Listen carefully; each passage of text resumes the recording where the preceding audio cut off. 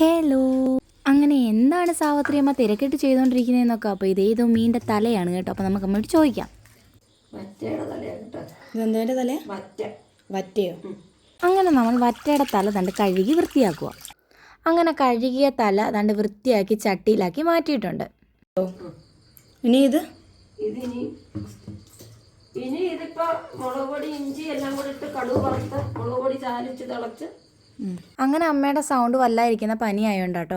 ചെയ്യുന്നേ ഇതോ ഉള്ളി അരിഞ്ഞ് ഇഞ്ചി വെളുത്തുള്ളി ഇതിപ്പോൾ അരിഞ്ഞ് വെക്കുക. അരിഞ്ഞിട്ട് ഇത് കടുക് വറുക്കണ്ടായി.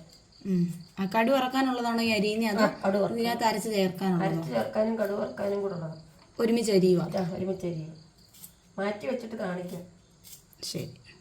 ഇത് പാത്രത്തിലും ജാറിലുമായിട്ട് വെച്ചേക്കുന്നത് എന്താ? ജാറിൽ ഇത് അരക്കാനോ പേസ്റ്റ് ആക്കാനുള്ളത്. വയട്ട ഇതിനിപ്പോൾ കടുക് വറക്കാൻ പോകണോ? കടുക് വറക്കാൻ പോകാം. അങ്ങനെ മീൻകറിക്കായിട്ടുള്ള കടുക് പൊട്ടിയില്ല കേട്ടോ ഇപ്പോൾ നടന്നുകൊണ്ടിരിക്കുന്നത്. അങ്ങനെ കടുകൊക്കെ പൊട്ടിച്ച് ഇനിയിപ്പോൾ ബാക്കി സാധനങ്ങൾ ഇട്ട് കൊടുക്കുകയും കടുക് പൊട്ടിച്ച് ബാക്കി സാധനം ഇപ്പോൾ ചുമന്നു മൂത്തു. അപ്പം നമ്മൾ അതിനകത്ത് മുളക് പൊടിയും മല്ലിപ്പൊടി ഇട്ട് ഇളക്കുക.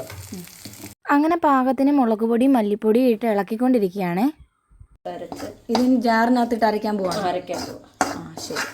ജാറിൽ അങ്ങനെ നേരത്തെ പറഞ്ഞതുപോലെ ആ വഴറ്റി വെച്ചതെല്ലാം കൂടെ ദാണ്ട് മിക്സിയിലിട്ടൊന്ന് അരച്ചെടുത്തിട്ടുണ്ട് കേട്ടോ. ഇതിപ്പോൾ തുറക്കാനുള്ള തത്രപ്പാടില്ല. അങ്ങനെ അവസാനം അതങ്ങ് തുറന്നെടുത്ത് കേട്ടോ. അങ്ങനെ ഇത് അരയ്ക്കാൻ വെച്ചിരുന്ന സമയം കൊണ്ട് ദാണ്ടി കഴുകി വൃത്തിയാക്കിയേക്കുന്ന മീനകത്ത് മഞ്ഞൾപ്പൊടിയും പച്ചമുളകും അതുപോലെ തന്നെ പുളിയും കൂടിയിട്ട് ഇളക്കി വെച്ചേക്കുക കേട്ടോ.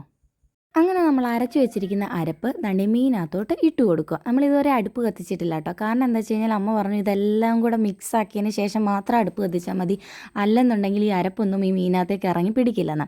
അപ്പോൾ അത് അമ്മയുടെ ഒരു രീതിയായിരിക്കാം. അപ്പോൾ അത് തന്നെ നമ്മളങ്ങ് ഫോളോ ചെയ്യുന്നു. അപ്പോൾ ദാണ്ട് അമ്മ അരപ്പൊക്കെ ചേർത്ത് വെള്ളമൊക്കെ ഒഴിച്ച് തിളയ്ക്കാനെ കൊണ്ട് അടുപ്പൊക്കെ കത്തിച്ച് വെച്ചിട്ടുണ്ട്. അങ്ങനെ നമ്മുടെ തലക്കറി ഉപ്പും പുളിയും എരിവും എല്ലാം ചേർത്ത് ദാണ്ട് അടുപ്പിലേക്ക് ഇങ്ങനെ സെറ്റാക്കി വെച്ചിട്ടുണ്ട്. അങ്ങനെ കാണാൻ നല്ല ഭംഗിയാട്ടോ, നല്ല കളറും നല്ല മണവും. അങ്ങനെ തലക്കറി ദാണ്ട് അടുപ്പിലിരുന്ന് തിളച്ച് മറിയുക കേട്ടോ. ഇത് തിളയ്ക്കുമ്പോൾ നല്ലൊരു ഗന്ധം വരുന്നുണ്ട് കേട്ടോ, നല്ലൊരു മണം വരുന്നുണ്ട്. അപ്പോൾ ദാണ്ട് അതിങ്ങനെ അമ്മ മെല്ലെ ഇളക്കി കൊടുക്കുക കേട്ടോ. അപ്പോൾ അമ്മയോട് അതിൽ നിന്നൊരു പീസൊന്ന് പൊക്കി കാണിക്കാനെന്ന് പറഞ്ഞപ്പോൾ പാവം അതെനിക്ക് പൊക്കി കാണിച്ചു തന്നു കേട്ടോ. അങ്ങനെ ദാണ്ട് നമ്മൾ ഈ ഒരു സംഭവം ഇനിയിപ്പം ഒരു പിടി പിടിക്കണം. അങ്ങനെ നമ്മുടെ തലക്കറി ഗ്യാസ് അടുപ്പിൽ നിന്ന് മാറ്റി കല്ലടുപ്പിലേക്ക് വെക്കുക കേട്ടോ. ഇനിയിപ്പോൾ എവിടെ ഇരുന്നിനും കുറച്ച് നേരം ഇത് തിളച്ച് പറ്റട്ടെ എന്നാട്ടോ അമ്മ പറഞ്ഞത്. അങ്ങനെ ദാണ്ട് അടുപ്പിൽ കൊണ്ടുവന്ന് നമ്മൾ സെറ്റാക്കി ദാണ്ട് അടച്ച് മൂടി ഇവിടെ വെക്കാനൊക്കെ കൊണ്ട് പോവുകയാണ്. ഇനിയിപ്പോൾ ഇതിനകത്ത് ടച്ചിങ്സിന് എന്ത് വേണമെന്ന് നമ്മളിങ്ങനെ ആലോചിച്ചപ്പോഴാണ് നമുക്ക് ചപ്പാത്തി ഉണ്ടാക്കാൻ തോന്നിയത്. അങ്ങനെ നേരെ പോയി ചപ്പാത്തി ഉണ്ടാക്കാനൊക്കെ കൊണ്ട് പോകാം കേട്ടോ. അപ്പോൾ ഇനി ഇവനെ ഇപ്പോൾ നമുക്ക് അടുപ്പിൽ ഇങ്ങനെ സെറ്റാക്കി വെച്ചേക്കാം. ഇനിയിപ്പോൾ നമുക്ക് പോയി ചപ്പാത്തി ഉണ്ടാക്കാം. അങ്ങനെ മാവ് റെഡി. ഇനിയിപ്പോൾ ഇത് പരത്തണം.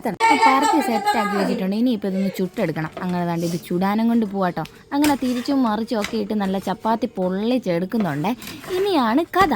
അങ്ങനെ ഇന്നത്തെ പരിപാടിയുടെ ക്ലൈമാക്സിലേക്ക് എത്തിക്കുക കേട്ടോ. അങ്ങനെ ചപ്പാത്തിയും തലക്കറിയും റെഡി ആയിട്ടുണ്ട്. ഇനിയിപ്പോൾ ഇത് നമുക്കൊരു പിടി പിടിക്കാം.